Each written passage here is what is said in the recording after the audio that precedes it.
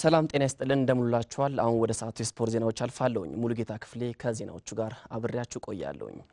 የማሊ አቻውን በመርሱ ጨዋታ በማኮ ላይ በሜዳው 3-2 የረታው የኢትዮጵያ ብሔራዊ ቡድን ትላንት ምሽት አዲስ አበባ ገባ በመደባቸው ካደረጉት 4 ጨዋታዎች 3 ነጥብ ማግኘት የቻሉት ዋሊያዎቹ ወደ ቀጣይ የአፍሪካ ዋንጫ የማለፍ ተስፋቸውን አለምልመው ተመልሰዋል ብሔራዊ ቡድኑ ማለፉን ለማረጋገጥም ቀሪ 2 ጨዋታዎችን ማሸነፍና የማሊና የማላዊን ጨዋታዎች ውጤት የሚጠብቅ ይሆናል አምስተኛውን የምድብ ማጣሪያ ጨዋታዎች ለማከናወን የአንድ ወር ጊዜ ያለ ሲሆን ተጫዋቾቹም ከዛሬ ጀምሮ ባሉ 3 ቀናቶች ወደ ክለባቸው እንደሚመለሱ የኢትዮጵያ እግር ኳስ ፌዴሬሽን የህዝብ ግንኙነት ያደረሰን መረጃ ያመለክታል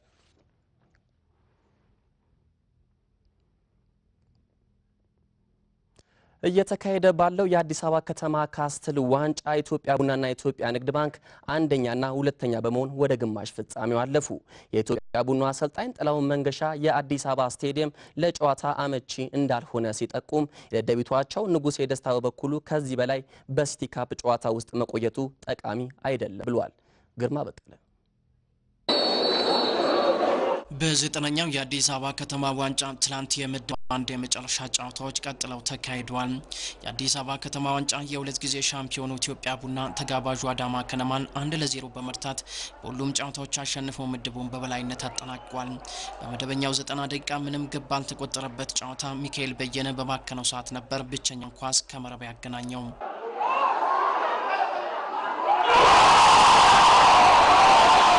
በመድባቸው ያሳዩትን ውጤታማነት በተሻለ አጠናክረው እንደሚቀጥሉ የገለጹት አሰልጣኝ ጥላኑ መንገሻ ስለ ወቅታዊ የአዲስ አበባ ስቴዲየም ሁኔታ ተናግረዋል የኢትዮጵያ ፕሪሚየር ሊግ ራሱ በዚህ ሜዳ ይቀጥላል የሚለው ነገር ይላል ምክንያቱም አመቺነቱ ይወረደ ሄደ ባለፉት 2 ጨዋታዎች ላይ እርጥበታማ ስለሆነና ለልጆቹ ምቹ ስለነበረ ኳሱ እንደፈለገ ያንሸራሸሩ ይጫወቱ ነበር ስለዚህ የተሰራው ስራ ሁሉ የሚመክንበት ስለሆነ ኢትዮጵያ እግር ኳስ ፌዴሬሽንም ሜዳውን ቢመለከተው ጥሩ ይመስለኛል የአዳማ ከነማ አሰልጣኝ አሸናፊ በቀለ ከ3ቱ የምድብ ጨዋታዎች ተጠቃሚ እንደነበሩ ነው ያስረዱት ዝግጅት የጀመርነው በቅርብ ጊዜ ውስጥ ነው እና ከመጀመሪያው ጨዋታ የሁለተኛው ጨዋታ ከሁለተኛው ጨዋታ የዛሬው የተሻለ እርማቶች እየተሰራ ሄደ ቡድን ነው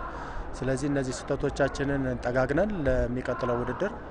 ጠንካራ ተወዳዳሪ ሆነን እንቀርባለን ወደ ተከታዩ ዙር ለማለፍ እድል ይዘው ወደ ሜዳ የገቡት ደደቢትና ኢትዮጵያ ንግድ ባንክ አንድ አቻ ተለያይቷል እኩል 4 ነጥብ ቢይዙም ምንም ግብ ክፍያ የሌለበት ኢትዮጵያ ንግድ ባንክ ሁለተኛ ሆኖ ግማሽ ፍጻሜውን ተቀላቅሏል በጨዋታው ደደቢት ከረፍት በፊት በሄኖክ ኢሳያስ አማካይነት መሪ መሆን ችሎ ነበር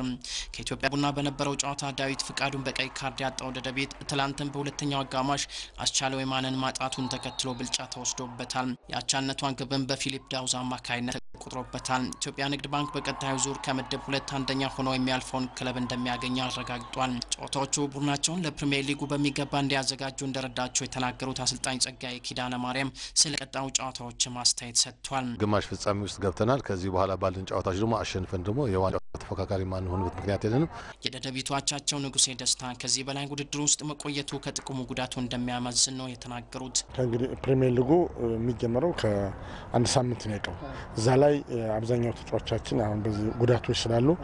ሪከቨሪ ታይም መስጠት ስላለብን ለዚህ ብለን ነው በዛሬው ጨዋታም ብዙ ጫን ብለን ያልገባ ነው የምድብ 2 የመጨረሻ ጨዋታዎች ዛሬ ሲካሄዱ ቅዱስ ጊዮርጊስ ከዳሸን ቢራ በ9 ሰዓት መከላከያ ከመብራት ኃይል 11 ሰዓት ላይ ይገናኛሉ የቮሊቦል ስፖርት በኢትዮጵያ ውስጥ እንዲጠናከር እምቅ አቅም ያላቸው አካባቢዎች ላይ ትኩረት ሰጥቶ መሰራት እንዳለበት ባለሙያዎች አስተያየታቸውን ሰጡ ፌዴሬሽኑም ይህንን ከግምት ውስጥ በማስገባት እየሰራው ነው ብሏል እምነጽዮን ሙሴ ዝርዝሩን እንደሚከተለው ታቀርበዋለች የቮሊቦል ስፖርት በኢትዮጵያ ጠንካራ ፉክክር ከሚደረግባቸው ስፖርቶች ውስጥ አንዱ ነበር በተለይ በሰባዎቹና በ80ዎቹ በክለቦች መካከል ጠንካራ ውድድር ይካሄድ እንደነበር መረጃዎች ይጠቁማሉ ይህን ተከትሎ ታዲያ በብሔራዊ ቡድን ደረጃም በምስራቅ አፍሪካ ዞን ተፎካካሪ ቡድን መምረጥ ተችሎም ነበር ኋላ ላይ ግን ስፖርቱ እንቅስቃሴው እየተዳከመ መጥቷል ከ2 ዓመት በፊት የቮሊቦል ፕሪሚየር ሊግ ውድድር መካሄድ መጀመሩም ለስፖርቱ ትንሳኤ አይነተኛ ሚና እንዳለው ባለሙያዎች ጠቁመዋል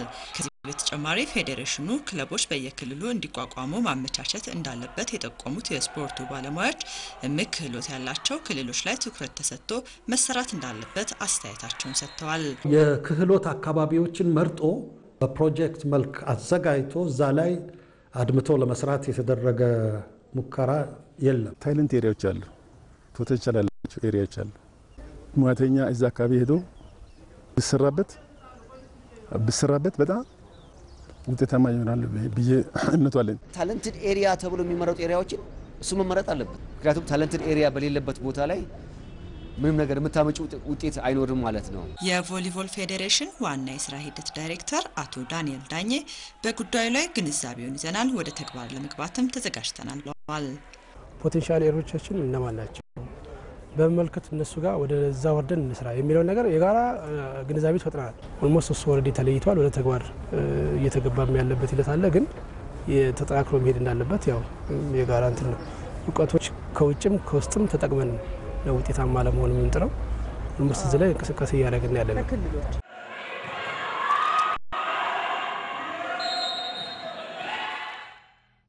በህንድ ፕሪሚየር ሊግ ለአትሌቲኮ ዲ ካልካታ ክለብ የሚጫወተው ኢትዮጵያዊ ፍቅሩ ተፈራ በሊጉ ሁለተኛውን ጎል ትላንት አስቆጠረ። ፍቅሩ የ2014-2015 የፕሪሚየር ሊግ የመጀመሪያ ጎል ባሳለፍነው ሳምንት ማስመዝገቡ አይዘነጋም። ክለቡ ካልካታ ትላንት ኖርዝ ኢስት ዩናይትድን 2-0 ባሸነፈበት ጨዋታ ፍቅሩ የመጀመሪያውን ጎል በ15ኛው ደቂቃ ላይ በግሩም ሁኔታ ከመረብ አሳርፏል። ጃኮብ ፓዳኒ ለካልካታ ሁለተኛውን ጎል 90ኛ ደቂቃ ላይ አስቆጥሯል። በጨዋታው 84ኛ ደቂቃ ላይ የካልካታው ቦርጃ ፈርናንዴዝ በቀይ ካርድ ከሜዳ ተሰናብቷል። ፍቅሩ በአዲሱ ክለቡ እያሳየ በሚገኘው እንቅስቃሴ ከበርካቶች አድናቆት እየተቸረው ይገኛል።